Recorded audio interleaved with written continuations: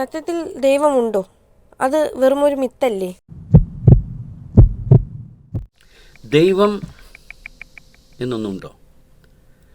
ഇത് പ്രാചീന കാലം തൊട്ട് മനുഷ്യൻ ചോദിച്ചിരുന്ന ഒരു ചോദ്യമാണ്. ഇതിന് രണ്ടുത്തരമാണ്.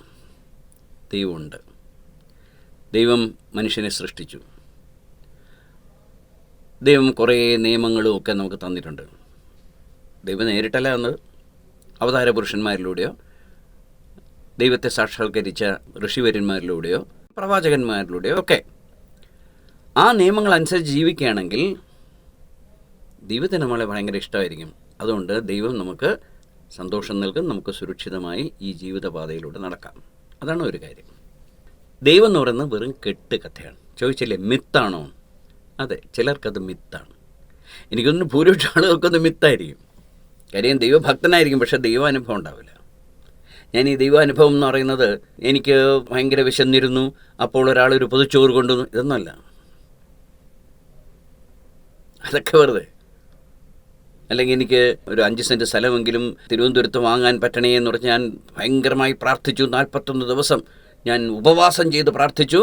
41ാമത്തെ ദിവസം രജിസ്റ്റർ കച്ചേരിയിൽ വെച്ച് രജിസ്റ്ററായി എനിക്ക് 5 സെൻറ്റ് സ്ഥലം തിരുവനന്തപുരത്തിട്ട്. ഇതൊന്നുമല്ല ഞാൻ പറയാം.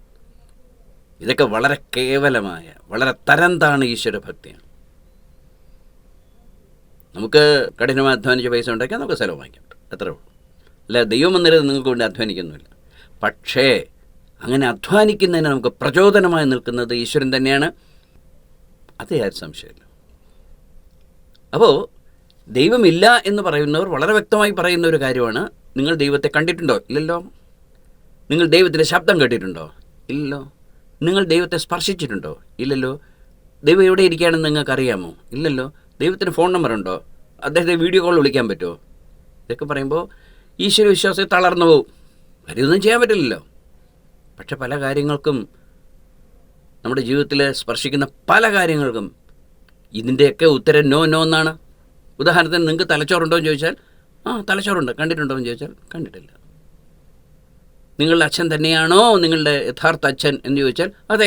ആര് പറഞ്ഞു? അമ്മ പറഞ്ഞു. അമ്മയ്ക്ക് കള്ളം പറഞ്ഞൂടെ? അമ്മയ്ക്ക് കള്ളം പറയാം.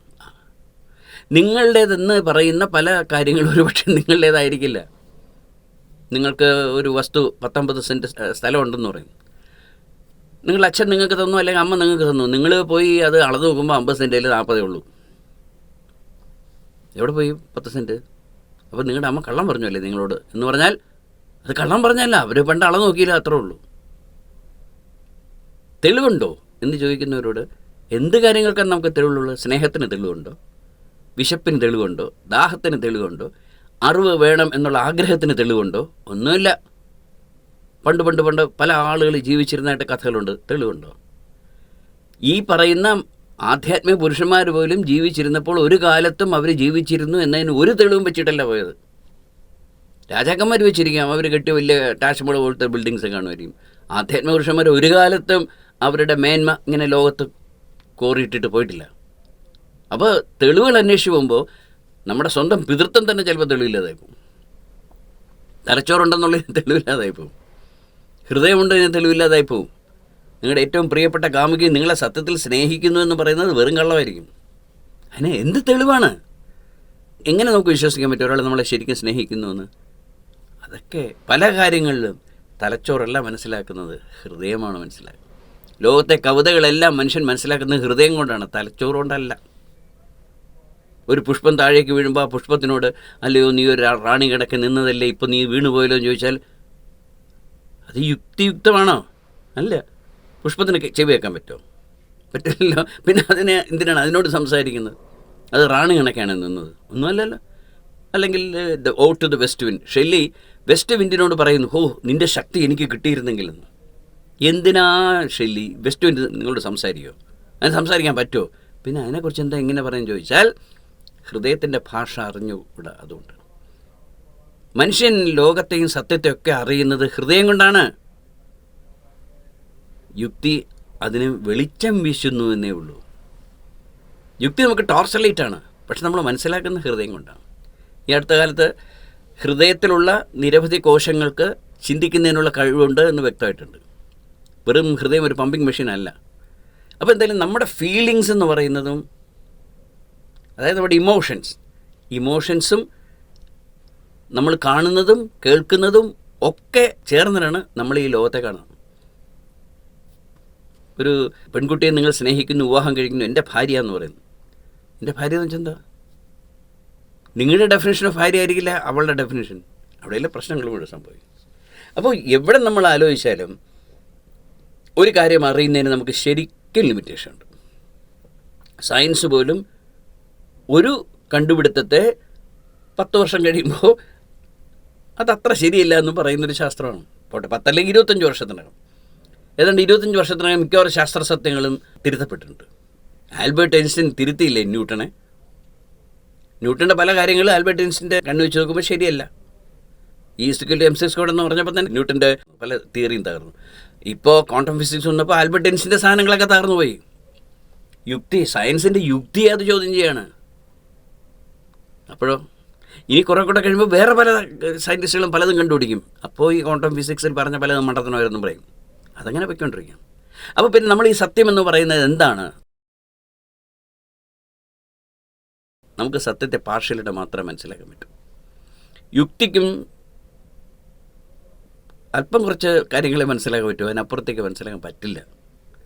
അവിടെയാണ് മനുഷ്യൻ്റെ ലിമിറ്റേഷൻസ്. ആ ലിമിറ്റേഷൻ നിന്നുകൊണ്ട് ആണ് നമ്മൾ ഈശ്വരനെ കാണുന്നത്. അതാണ് കുഴപ്പം. അപ്പോൾ അൺലിമിറ്റഡ് ഹ്യൂമൻ ബീങ് ആയ മാത്രമേ പറ്റൂ. ആ അൺലിമിറ്റഡ് ഹ്യൂമൻ ബീങ് ആകണമെങ്കിൽ ദൈവത്തെ അന്വേഷിക്കണം. ദൈവത്തെ അന്വേഷിക്കുക എന്ന് പറഞ്ഞാൽ എൻ്റെ ഭൗതിക ശരീരം, എൻ്റെ ഫിസിക്കൽ ബോഡി, എൻ്റെ മൈൻഡ്, എൻ്റെ സൂക്ഷ്മ ശരീരം, ഇതിനൊക്കെ അപ്പുറത്തേക്ക് ഞാൻ പോകണം. എൻ്റെ കണ്ണുകൾ കൊണ്ട് മാത്രമേ എനിക്കിപ്പോൾ കാണാൻ പറ്റൂ. എൻ്റെ സ്വപ്നത്തിൽ ഏതോ 2 കണ്ണുകൾ എനിക്ക് വേണ്ടി പ്രവർത്തിക്കുന്നു. അതിനും അപ്പുറം പ്രവർത്തിക്കുന്ന കണ്ണുകൾ നമുക്കുണ്ട്. ആ കണ്ണുകൾ തുറക്കണം. ഇത് തുറക്കണമെങ്കിൽ ഈ 2 കണ്ണ് അടയ്ക്കണം. ഏത്? നമ്മുടെ സ്ഥൂല സൂക്ഷ്മ ആ ഭാവങ്ങളിലുള്ള ജാഗ്രത സ്വപ്നം എന്ന് പറയുന്നത് 2 നിർത്തണം. എന്നിട്ട് വേണം അടുത്ത മണ്ഡലത്തിലേക്ക് കിടക്കാൻ. അല്ലെങ്കിൽ എപ്പോഴും നമ്മൾ ലെങ്ത്ത്, ബ്രെഡ്ത്ത്, ഹൈറ്റ്, ടൈം എന്നൊക്കെ പറയുന്ന സ്പേസ് അതിനകത്തേ കിടക്കുള്ളൂ. ധ്യാനത്തിലൂടെ അതിനെയൊക്കെ ക്രോസ് ചെയ്തു പോയ ആളുകളാണ് ഈ സത്യം കണ്ടെത്തിയിട്ട് നമുക്ക് പറഞ്ഞു തന്നിരിക്കുന്നത്. നിങ്ങൾക്ക് അവരെ തള്ളിക്കളയാം, പക്ഷെ അവർ പറഞ്ഞൊന്നും ഇന്നുവരെ അവർ തള്ളി പറഞ്ഞിട്ടില്ല. നൂറ്റാണ്ടുകൾ കഴിഞ്ഞിട്ടും അത് സനാതന ധർമ്മമായി തന്നെ നിൽക്കുന്നു.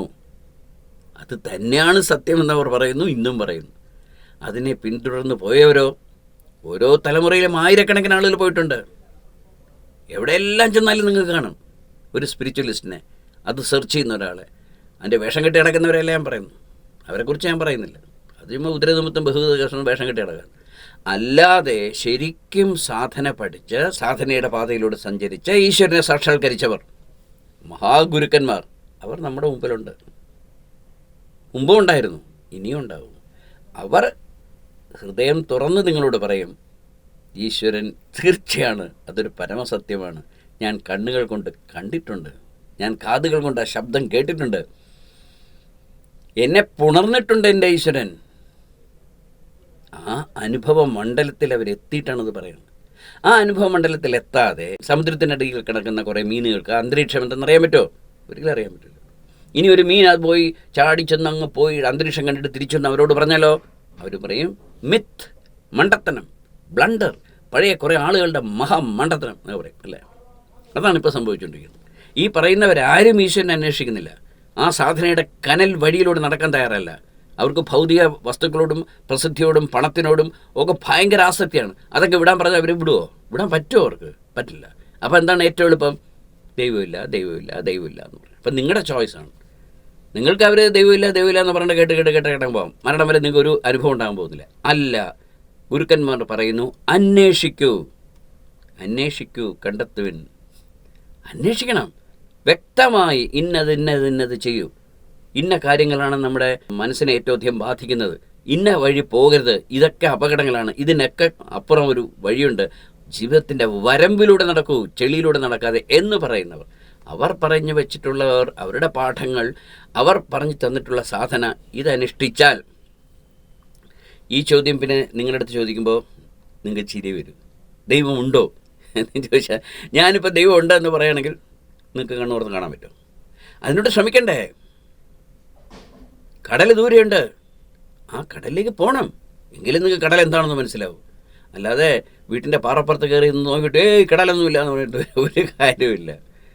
പോവുക തന്നെ വേണം, അന്വേഷിക്കുക തന്നെ വേണം, കണ്ടെത്തുക തന്നെ വേണം. ഇനി കണ്ടെത്താൻ നിങ്ങളുടെ ജീവിതത്തിനോടുള്ള ആ ഒരു ആഭിമുഖ്യം, ജീവിതത്തിൻ്റെ സുഖങ്ങളോടും സ്ഥാനത്തിനോടും പണത്തിനോടും വസ്തുവകളോടും ഒക്കെ നിങ്ങൾക്ക് അത്ര വലിയ ആസക്തിയാണെങ്കിൽ പോണ്ട.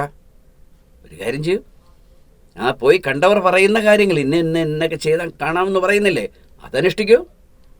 നിങ്ങൾക്ക് സമയം ആയെങ്കിൽ, നിങ്ങളുടെ ഈശ്വര സാക്ഷാത്കാരത്തിനുള്ള സന്ദർഭം വന്നെത്തിയിട്ടുണ്ടെങ്കിൽ തീർച്ചയാണ് നിങ്ങൾ അതിലൂടെ പിന്നെയും പോയിക്കൊണ്ടിരിക്കും.